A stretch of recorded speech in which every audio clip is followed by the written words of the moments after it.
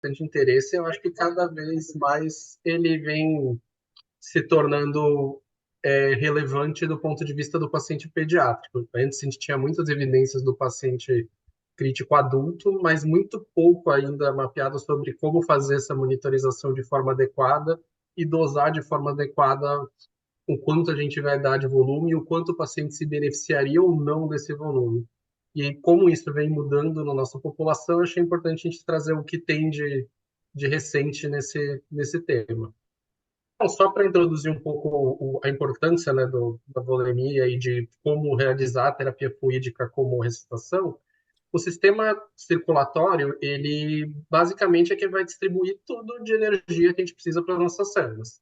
Ele é importante componente da oferta de oxigênio, que é o DO2, lembrando que vai estar responsável por essa oferta o conteúdo arterial de O2 e o débito cardíaco, que esse sim vai estar diretamente relacionado à nossa frequência cardíaca e volume sistólico, e dentre os componentes do volume sistólico, a pré-carga, que tem como um dos principais componentes o enchimento ventricular, e isso depende do que a gente tem de retorno venoso indiretamente da nossa volemia, é um dos componentes desse ciclo cardíaco.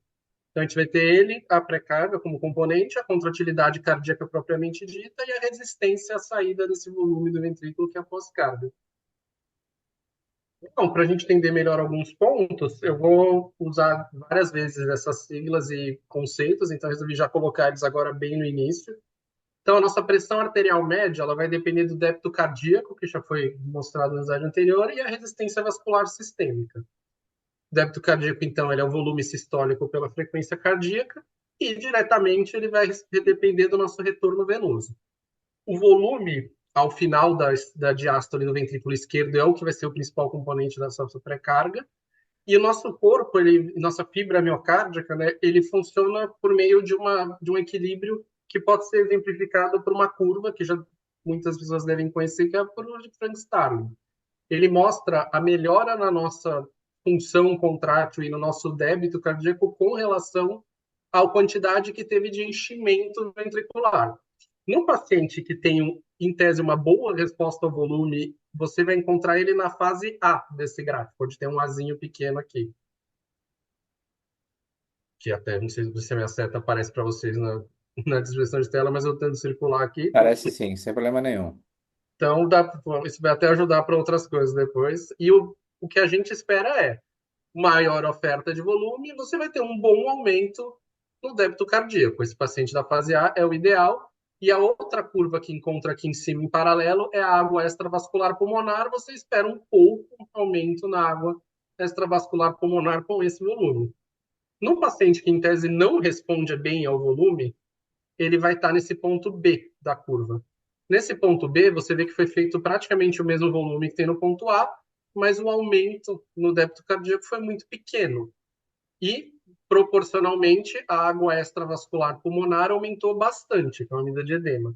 Esse é o paciente que, pelo contrário, além de não se beneficiar de volume como terapêutica, ele vai ser deletério para o tratamento futuro desse paciente. E a maior dificuldade que a gente encontra é identificar onde o nosso paciente está e se é possível que ele tenha alguma melhora significativa ou não com resposta fluídica. Para isso, a gente precisa de um outro conceito, porque era antes a gente usava um parâmetro que foi caindo por terra, mas foi visto que ele não é de totalmente desprezível, mas não é também aquela maravilha que era a PVC. O retorno venoso e o quanto essa capacidade de retorno consegue ser otimizada não dá para ser aferida simplesmente pelo uso da PVC.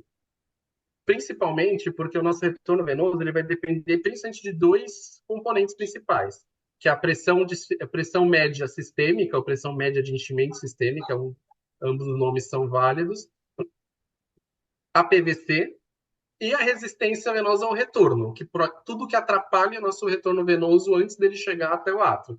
Um exemplo que eu coloco aqui é a CIT. E desses conceitos, um que eu acho um pouco mais difícil de explicar, mas que recentemente eu li um artigo que a explicação para mim foi uma das mais perfeitas que eu já vi, que eu vou falar em seguida, é a pressão média de enchimento sistêmico, ou a pressão sistêmica média, que é a PMS. Ela é como se fosse a pressão do nosso sangue venoso que ele faz tensão nos vasos. Significa que se a gente esvaziasse todo o nosso compartimento venoso e começasse a encher de sangue, essa PMS ia ser zero até os vasos estarem preenchidos.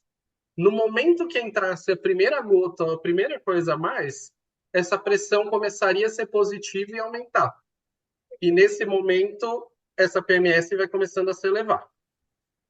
Isso a gente consegue dar um nome que é utilizado em artigos, que é o volume estressado e não estressado, unstressed e stressed volume.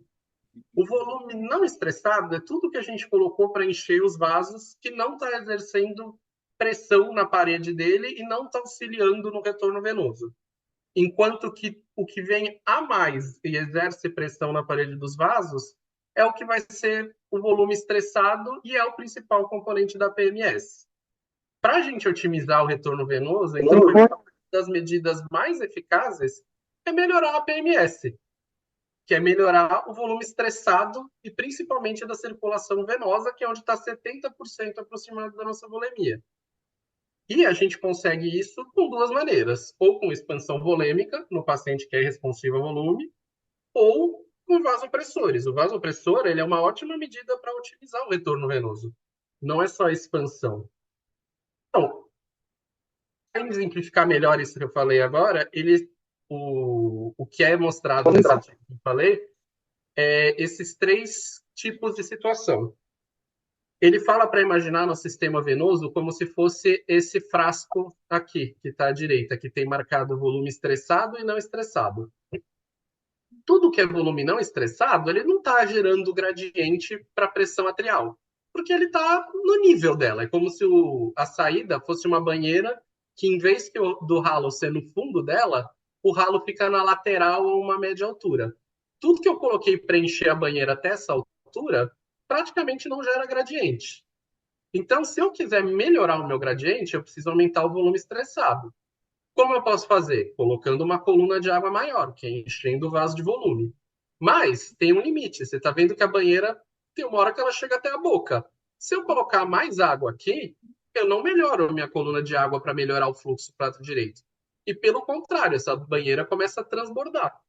E esse transbordamento, entre aspas, é o aumento da água extravascular pulmonar, é o edema intersticial, que é um paciente que vai evoluindo com hipervolemia e sinais de anasarca por acúmulo de fluido.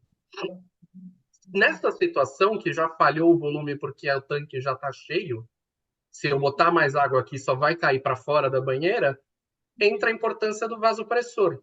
O vasopressor, ele criaria uma tensão nessa banheira. Imaginando uma banheira que não fosse de um material rígido, fosse de borracha, é como se eu apertasse as laterais dela para criar uma maior pressão e aí sim melhorar o fluxo para o átrio direito. Então, o que a gente começa a pensar é, quando o paciente já não é responsivo a volume, é o aumento do vasopressor. E não dá para saber a altura que está a banheira e a tensão que está o vaso. Tem paciente que ele já vai transbordar com 20 ml por quilo, 30 ml por quilo. Tem paciente que vai tolerar até 60, 80 ml por quilo de volemia com melhora do retorno venoso e sem sintoma de extravasamento. E a maior dificuldade agora, e o que a gente estuda bastante, é entender onde esse paciente está, em que momento ele se encontra. Se ele é um paciente que vai merecer mais vasopressor, ou se ele é um paciente que vai merecer mais volume mesmo, expansão volêmica. Então, a gente vai encontrar um paciente em três situações. A gente vai ter um paciente que, quando a gente fizer a nossa terapia de fluido, ele vai aumentar a PVC na mesma proporção que ele aumenta a PMS. Esse paciente ele não vai ter grande melhora no retorno venoso e, por consequência, no débito cardíaco. Mas ele também não vai ter nenhuma função, nenhum agravo, nenhuma complicação. Não vai ser deletério de uma maneira inicial. O paciente que eu tenho um aumento da PVC menor do que o da PMS com fluido, realmente melhora a minha pressão sistêmica mais do que a PVC, ele é um paciente que vai melhorar o retorno venoso com fluido. E o paciente que aumenta a PVC mais do que aumenta a PMS é o que vai levar à congestão venosa e vai ter uma piora de perfusão de órgãos. assuntos locais não estiveram na pauta das conversas, né? Foram 30 horas de Tem alguém, Gabriel, acho que o pode botar no microfone mudo. ligado. Tem alguém, acho que o microfone ligado. Em algum momento deve ter sido discutido pelas lideranças, porque a gente sabe o seguinte. Então, eu trouxe alguns artigos. Acho que um dos primeiros que eu vou trazer é esse sobre o manejo de fluido, né, e como que é o que a gente tem de revisado e com mais embasamento. Então, não tem nenhum estudo que mostre uma dose ideal de fluido endovenoso. A sobrecarga fluídica está associada a maior morbidade e mortalidade em vários estudos, e as nossas medidas estáticas de resposta ao volume são pouco atualizadas, principalmente na população pediátrica. As medidas dinâmicas, elas são restritas a um subgrupo de paciente, mas elas sim têm algumas delas, né, não são todas as medidas dinâmicas, têm uma acurácia mais elevada. E a gente tem que lembrar, normalmente são pacientes em ventilação mecânica que não têm esforço respiratório espontâneo. Mas o que é? A gente quer usar essas medidas para tentar encontrar mais precocemente em que fase a gente se encontra da volemia, a gente seguir esse caminho da forma menos complicada possível, fazer a fase de resgate conforme necessário, manter a volemia dele na fase de otimização e estabilização, e depois conseguir se livrar dessa sobrecarga de fluido que foi feita. E, em diferentes pontos da evolução do paciente crítico, ele vai ter momentos de resposta ao volume diferentes. Essa conversa seja feita com os presentes. Então, a fase de resgate, a gente quer principalmente reverter os fluidos ou déficit de perfusão. Na fase de otimização e estabilização, a gente só quer manter ele estável e com sobreperfusão adequada. E no descalonamento, remover os fluidos utilizados, principalmente com diurético, mas, se necessário, com terapia renal substitutiva. Então, só para a gente entender o porquê que a gente bate tanto no martelo de que a reposição fluídica é potencialmente perigosa quando feita em excesso e dá muitas complicações.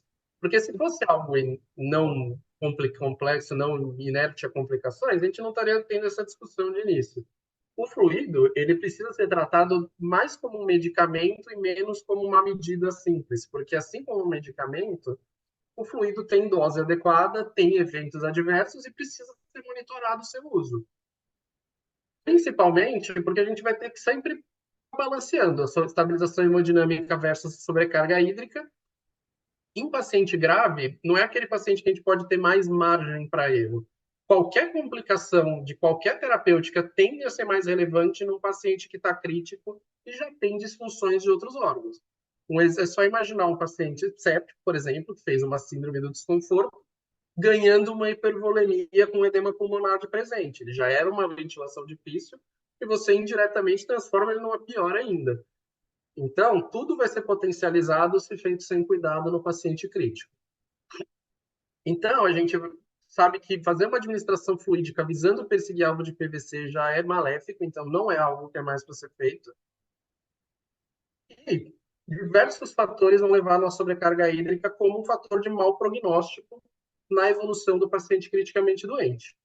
O edema, ele por si só já atrapalha o glicocálix endotelial e vai piorar, aumentando o risco de infecção, de translocação bacteriana do trato gastrointestinal, lesão de órgãos-alvos, atrapalha a distribuição de oxigênio para os tecidos. A congestão de órgãos, por si só, vai levar à piora da perfusão do órgão. Lembrar que qualquer órgão encapsulado, se ele sofre algum edema e aumenta a pressão dentro dessa cápsula, a pressão de perfusão do órgão cai. Isso serve para qualquer parte do corpo. Edema cerebral piora a pressão de perfusão por causa do aumento da pressão intracraniana. A mesma coisa, aumento da pressão intraabdominal, que é uma intercorrência relativamente comum no ambiente de terapia intensiva de um paciente que está nasarcado, vai levar à piora da perfusão de todas as vísceras abdominais. Então, sempre um paciente que começa a fazer uma congestão orgânica ou de algum compartimento, vai ter um efeito deletério na perfusão e na função desse órgão por consequência. A gente tem risco de coagulopatia dilucional, então o paciente vai aumentar o risco de sangramento. Risco de hipotermia, quando você faz muito volume, normalmente não são soluções aquecidas, então a hipotermia ainda vai ter outras repercussões, tanto hemodinâmica quanto também agravar a coagulopatia. E diversos distúrbios hidroeletrolíticos, tendo em vista que apesar de que hoje a política cada vez usa menos cristalóide simples, principalmente quando vai ser feito muito volume, e mais balanceado, realmente visando não ter uma cloremia, uma elevação da cloremia muito importante, que por si só é um fator renal de mau prognóstico, mas mesmo assim você acaba às vezes levando a desbalanços hidrolíticos e hipercloremia, e principalmente lesão renal associada. Não, isso daqui é uma figura que exemplifica tudo que eu falei. A repercussão de uma sobrecarga fluídica, ela é multissistêmica, ela não é uma repercussão localizada. Ela vai repercutir desde o cérebro até o trato gastrointestinal, atrapalhando a absorção e aumentando o risco de translocação bacteriana. Então, algo que pode levar a tudo isso de complicação precisa realmente de ser feito em situações de maior risco, com maior cuidado e maior monitorização, que é o ambiente da UTI. Lógico, muitas vezes na emergência, é o terapêutico que você vai ter disponível naquela hora, e realmente você vai fazer e tentar depois correr atrás do dano, se você tiver como, se você tiver estrutura. Mas tanto isso foi visto que é uma complicação relevante, que já teve estudo que sugere você não fazer bolos de expansão se você não tiver retaguarda de UTI para depois dar o suporte para as eventuais complicações e fazer o descalonamento desse volume. Então, é algo realmente a se pensar em qualquer cenário, mesmo no cenário de emergência. Não, agora, realmente falando dos parâmetros, né, de o que a gente pode usar para tentar ver a resposta fluídica no paciente pediátrico. Lá atrás, já comecei a citar alguma parte do que a gente vai falar para frente, citei parâmetro estático e dinâmico, agora mais para frente eu vou falar quais são cada um e o que a gente tem de evidência em relação a eles na população criticamente doente pediátrica. Então, como a situação volêmica é o passo inicial de manejo na maioria dos pacientes em choque, para manter a pressão adequada e a perfusão adequada, a gente tem que fazer mais com cuidado. Então, a gente de parâmetro estático vai levar em conta tudo que é medido em um momento específico da observação. É aquela famosa foto. Eu vou olhar para o parâmetro, vou fazer uma intervenção que seja, e vou olhar de novo para os parâmetros. Eu não vou ver nada evolutivo e eu não vou observar, não vou ver nada durante a minha prova e não vou ter nenhum parâmetro para comparar. Eu não vou, por exemplo, comparar o que é o mais comum dos estáticos da inspiração e expiração, dos dinâmicos. E os parâmetros dinâmicos, eles vão avaliar mudanças na fisiologia, mudanças da resposta fisiológica baseadas na interação cardiopulmonar. Basicamente, em momentos de apneia Hoje ou eu cancelei meus respiração ambulatórios porque eu e fui ajudar uma inspiração. galera na cirurgia aqui no Cristóvão da Gama. Depois passei no Brasil. Vou sim. É, Só dando mute aqui. Pronto. Espera aí que eu fui dar um mute, parou de ir para frente meus slides. Agora sim. Então, aqui tem uma tabelinha que eu trouxe, né, do que são os parâmetros estáticos à esquerda e os parâmetros dinâmicos à direita. Então, parâmetro estático é aquilo que a gente consegue fazer rapidamente à beira-leito. Então, no exame físico, é a frequência cardíaca, é a aferição da pressão arterial. A gente consegue, para avaliar a pré-carga, a gente olhar a PVC, bota uma monitorização no catéter central, coloca o modem lá no monitor, ele vai ler, ou uma coluna de água, se não tiver o software da PVC, ele vai ler a PVC. A gente também consegue ver a pressão de oclusão de artéria pulmonar, seria mais um parâmetro de Swan-Ganz, a gente não teria com catéter simples, mas se tivesse esse tipo de monitorização, daria para fazer. A gente tem alguns dispositivos que vão avaliar a termodiluição ou diluição por ultrassom. Normalmente eles. Termodiluição ele é mais fácil de explicar. Normalmente você vai. É um soro gelado, né? Que vai ser injetado em uma via do acesso. E ele vai pegar esse soro depois no final do ciclo cardíaco num monitor que normalmente fica numa PA invasiva, normalmente na radial. Com isso, a gente consegue estimar alguns parâmetros de avaliação hemodinâmica. A gente consegue avaliar o índice de volume na final da diástole, a gente consegue avaliar a própria fração de ejeção. Então, é um parâmetro estático mais avançado, que consegue fazer nesses monitores de débito cardíaco, como o Vigileu, por exemplo, ou o EV1000, mas continua sendo um parâmetro estático.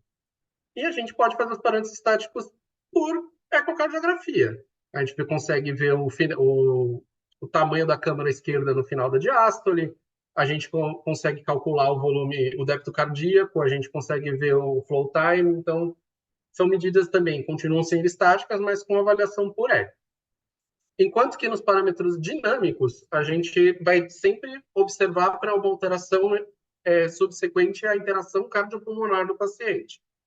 Então, a gente consegue, pela pressão arterial, ver as variações da pressão sistólica, a variação da pressão de pulso e a variação do volume sistólico. E isso a gente vai usar basicamente a curva da PAI. A gente precisa de um monitor com um software que vai calcular essas variações, mas é feito por meio da curva da PAI. Eu tenho algumas fotos no próximo slide.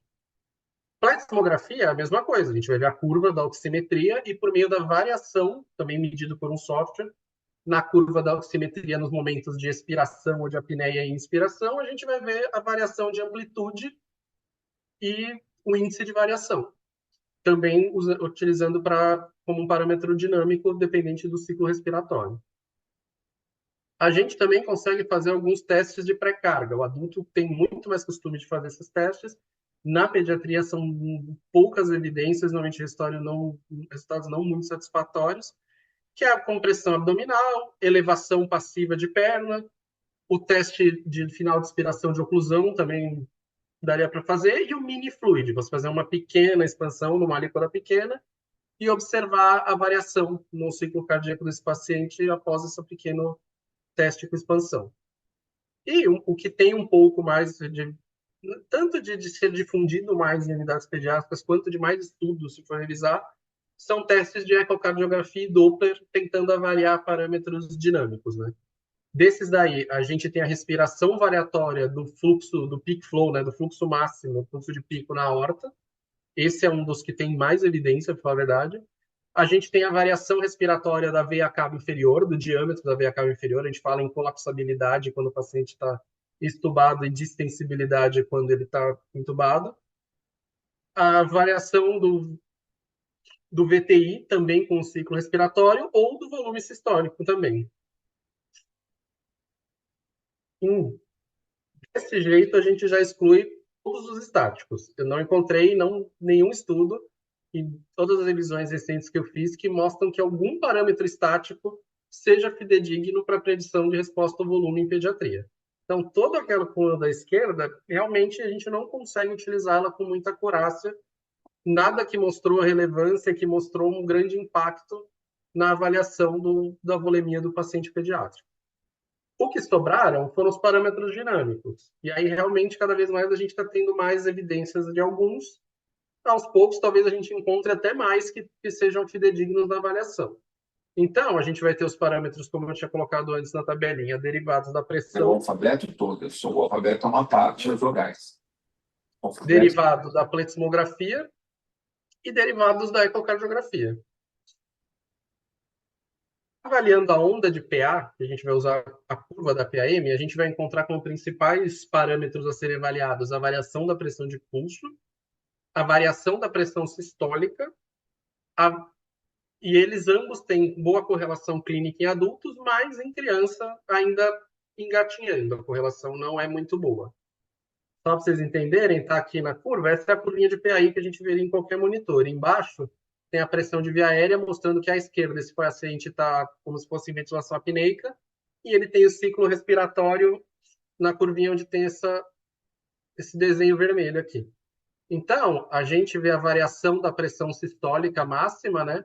Que aqui está a apneica, a pressão sistólica na linha de base, e aqui a máxima nessa linha do meio. Essa variação, esse delta, em adulto foi visto que é um bom parâmetro de avaliação de resposta ao volume.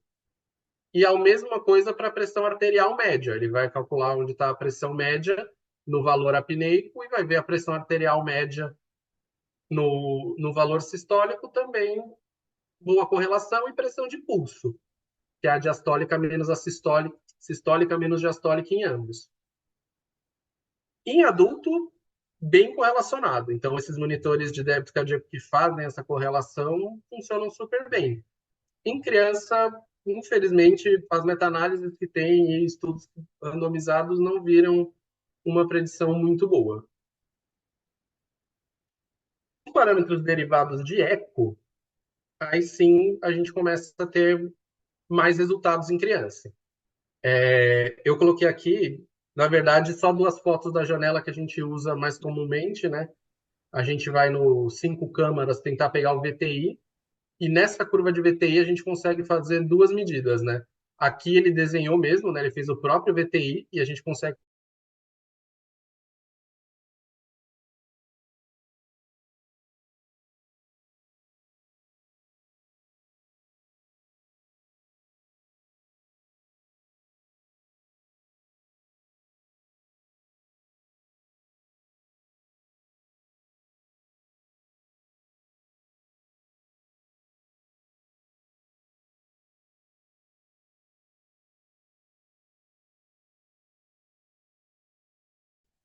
Mas, mas você também engatinhando em resultados. Então, o que sobra principalmente é o VPIC.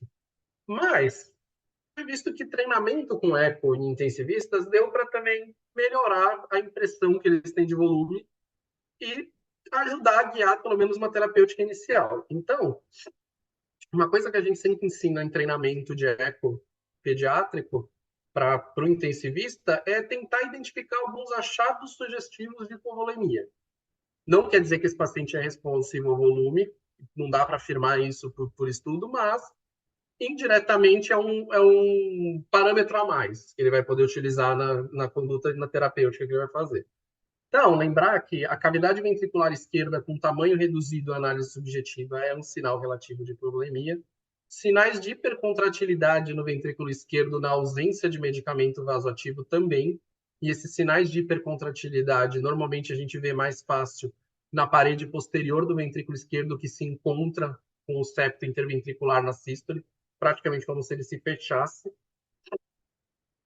A variação do fluxo aórtico, aí sim, não é um achado sugestivo só, mas é uma medida, e esse é o que tem grande evidência, que é o VPIC. Se você encontrar uma variação dele acima de 12% num paciente em ventilação mecânica com volume corrente menor do que 8 por quilo, esse é o parâmetro que tem a melhor correlação e que deu diferença. Então, você teria que aqui, esse daqui da foto é o VTI, mas seria no mesma janela, a gente teria que medir o máximo aqui da INS e o máximo da ES. Tem até nos aparelhos de eco exatamente onde você marca, está escrito lá VPIC, você vai em aórtico, em qualquer aparelho de eco, e ele vai colocar para você marcar o VPIC. E se isso daqui der uma diferença acima de 12%, é altamente sugestivo de resposta ao volume.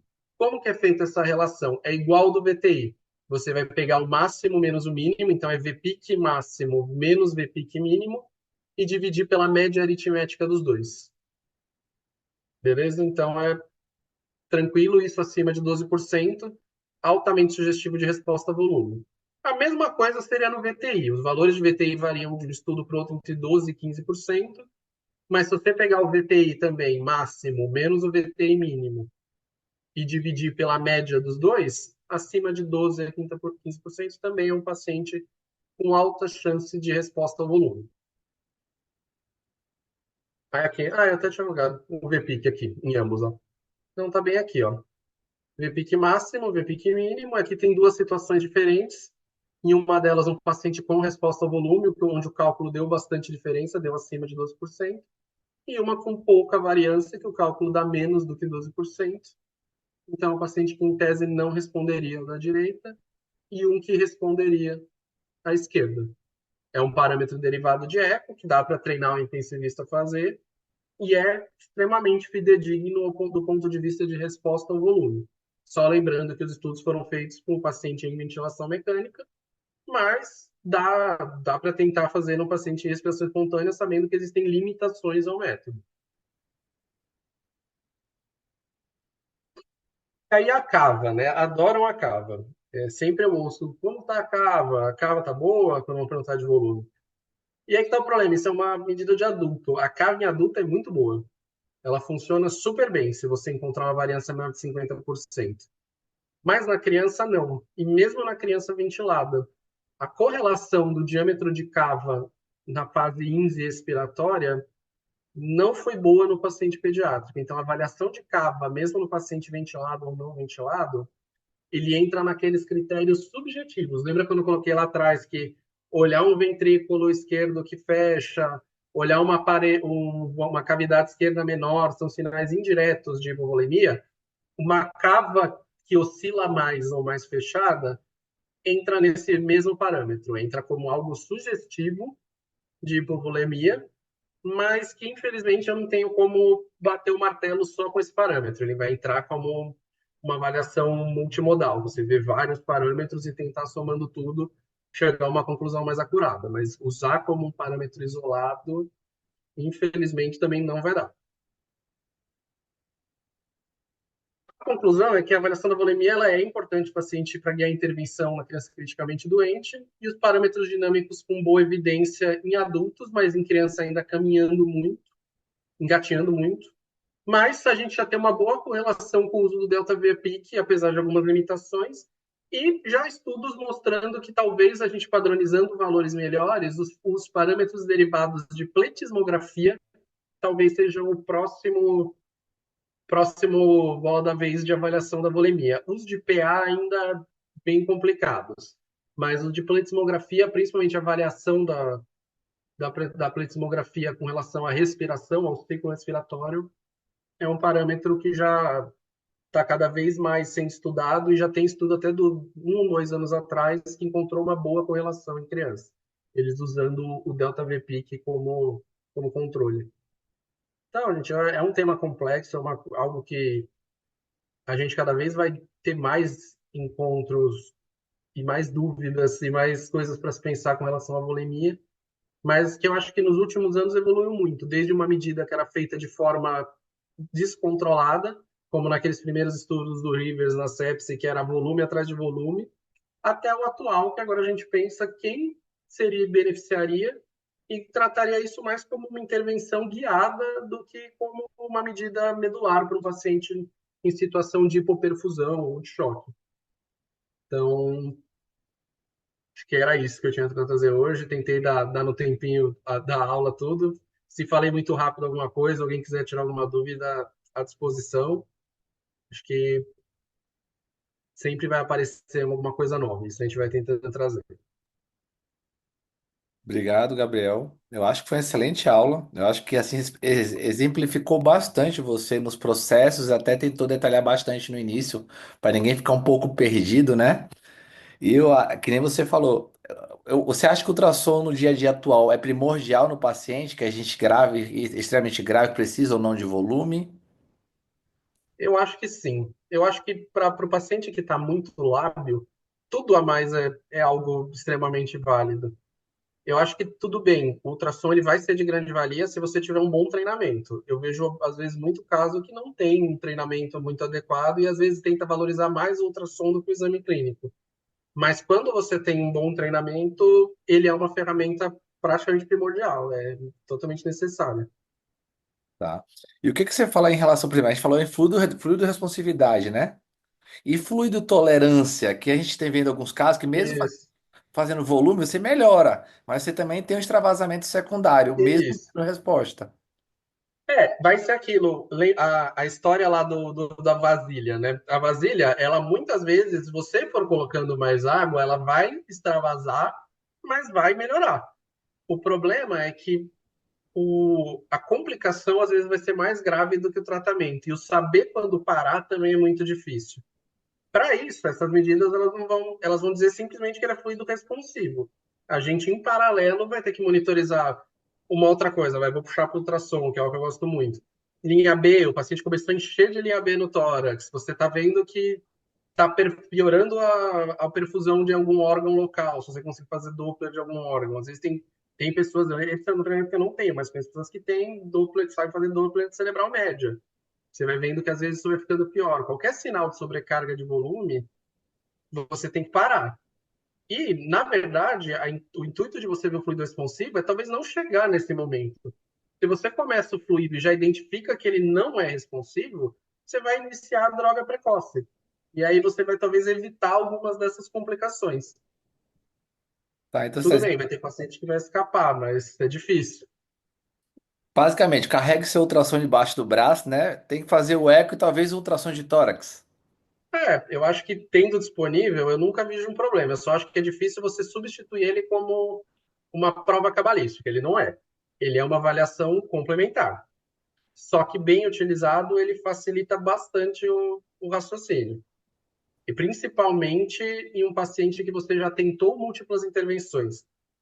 É fácil você, mais fácil você pegar um paciente que respondeu bem e você entrou aquele caminho da sepse clássico, 20 a 40 ml por quilo de expansão, estabilizou mais ou menos, mas aí começou a rebaixar o fígado, o pH ainda é limítrofe, era um choque frio de início do exame físico, entrei com uma adrena, respondeu beleza. Agora você pega aquele paciente que tinha esse perfil do choque frio, coloquei adrena, nada, só ficou taquicárdico, pH continuou horrível. Aí você vai lá, tem que empilhar uma nora, uma vasa, aí você já começa a fazer muita coisa, aí você começa a se perder. Então, nesses pacientes que você às vezes vai precisar fazer múltiplas avaliações, ele ajuda a te tentar dar um norte. Ver se tem disfunção, se não tem. Ver se é um paciente que parece que ainda tem alguma resposta ao volume, se não tem. Se é um paciente que está se beneficiando mais do vasopressor para melhorar o retorno venoso, então você repete a medida do débito cardíaco dele pré e pós o vasopressor. Então é algo que ajuda, é o que eu falei. A gente ainda está longe de ter um padrão ouro nessa avaliação, mas cada vez mais a gente encontra medidas suplementares para tentar guiar um pouco mais fácil a terapêutica. Alguma pergunta, pessoal? Alguém mais quer sinalizar alguma pergunta para o Gabriel? Para aproveitar, viu, que ele está aqui disponível, tá? Até porque a gente sempre tem dúvida em relação a, ajudas secundárias que a gente pode ver para avaliar nosso paciente na fluido-responsividade. E a gente cada vez mais vem vendo que o VPIC vem substituindo a PVC, né? Que antigamente o povo se Sim. baseava em PVC, veia cava, o quadro mais rústico, porque achava que era mais fácil, mas acabava até atrapalhando a maioria das vezes. Ele dava uma resposta só, né? Ele É, só te dizia se sua pressão de átrio estava boa. Não quer dizer se está chegando do sistema venoso ou não. Ele simplesmente dava metade da resposta. Se sim. ele viesse baixo, ele até dava mais achados, porque você sabia que estava faltando alguma coisa. O problema é quando ele vinha normal. E aí você não sabia se tinha mais para chegar ou não. Tem um limbo ali na história que você fica perdido na É, avaliação. Alguém mais quer perguntar alguma coisa? Todo mundo inibido? a gente acaba se vendo por aí. Eu dei uma olhada em quem está vendo meu. Muitos eu tenho um pessoal do metropolitano aqui. Eu acabo É, né? sempre vendo Tá com eles. moral. Você chegou até quase 20 aqui. Eu falei, poxa, né, o Gabriel trouxe gente junto. Fiquei enchendo o saco do pessoal lá. Tá, gente. Gabriel, calma aqui. Alguma última mensagem, alguma última coisa que você quer sinalizar para o pessoal, para poder, se tiver arsenal em mão, é isso que tem que usar, além das conclusões que você fez, lógico. Eu acho que é aquilo. A gente sempre tem que ver o que já foi feito e antes de fazer com uma forma medular o volume, parar um segundo e ver se é isso mesmo. Eu acho que a maior mensagem foi até daquele estudo, que é um estudo antigo, que é aquele do Dark Sides of Fluid Administration, que ele abre esse estudo com a frase que é para tratar o volume como um remédio. E eu acho que se a gente tratar ele como um remédio, que a gente toma cuidado com dose, com indicação e monitora evento adverso, eu acho que é isso. É tratar ele mais como um remédio e menos como um sorinho. Vamos falar, faz um sorinho. Tá certo, muito obrigado. Eu sempre brinco, né, que a gente aprendeu com Carcilo, assim, qualquer coisa faz volume. O problema é quando parar o volume, que a gente nunca aprendeu direito, A resposta não tem ainda, né? É difícil. tá? Pessoal, muito obrigado pela presença. Gabriel, de novo, muito obrigado por essa disponibilidade de tempo, por essa excelente aula. Vai ser disponibilizado em plataforma aula amanhã no máximo, tá? Para todos que perderam puderem ver e os que tiveram, que viram hoje, prestigiaram, pudessem repetir e qualquer dúvida alinhar e reavaliar esse processo. Boa noite a todos. Gabriel, muito obrigado.